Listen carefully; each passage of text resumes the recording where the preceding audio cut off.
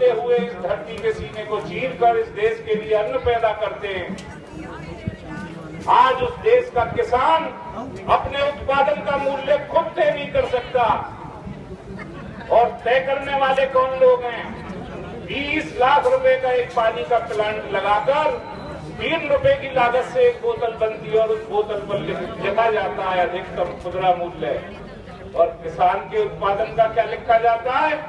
न्यूनतम समर्थन मूल्य। तो इस देश के लोकतंत्र के लिए सबसे बड़े दुर्भाग्य की बात है। आज ये किसान ये अपने लिए लड़ाई लड़ रहे थे क्या?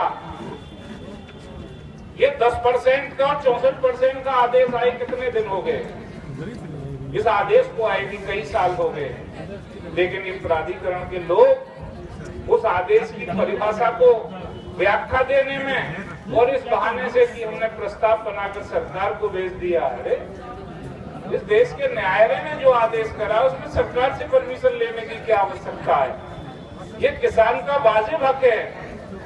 और मुझे तो बड़े शर्म आ रही है कि इस देश की आबादी, इस जनपद की आबादी लगभग 16 लाख से ज्यादा है, और मेरे हिसाब से किसान और मजदूर, देखिए मजदूर भी तो किसान पर ही आश्रित हैं।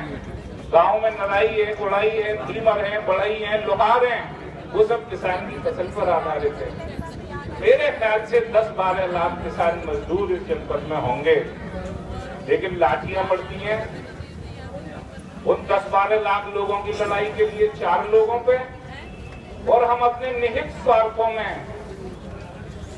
और सबसे बड़ी बात है कि जाति में भी हम लोग विभक्त हो जाते हैं। ये आज आपको मानना पड़ेगा, किसान की कोई जाति नहीं है।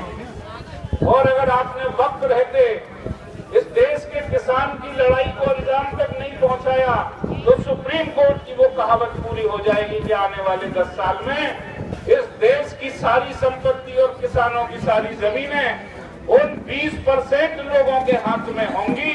न किसान के पास रोजगार रहेगा, न उसके बच्चों के लिए रोजगार रहेगा।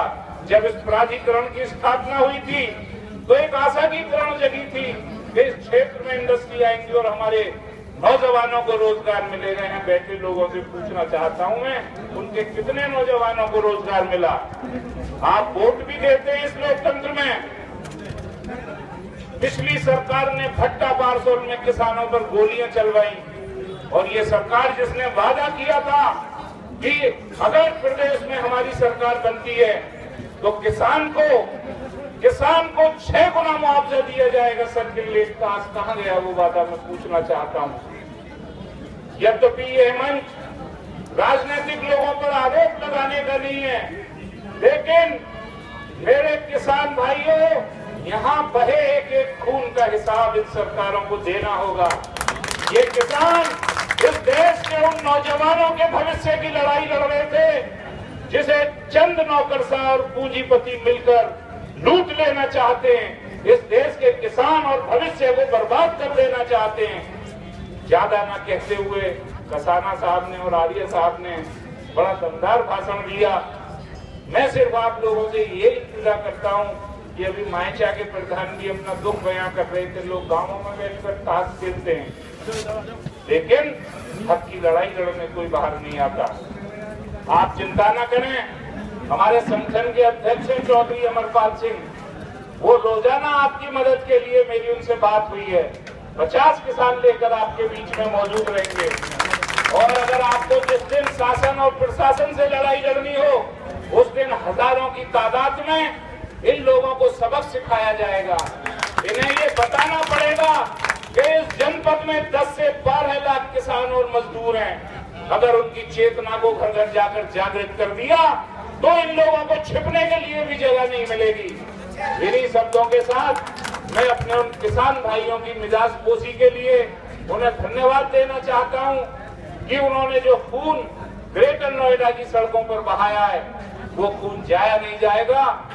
हर किसान के और हर मजदूर के दिल में एक टीस है आपके खून के लिए, और आपकी लड़ाई को हर कीमत पर अंजाम तक पहुंचाया जाएगा। धन्यवाद, नमस्कार।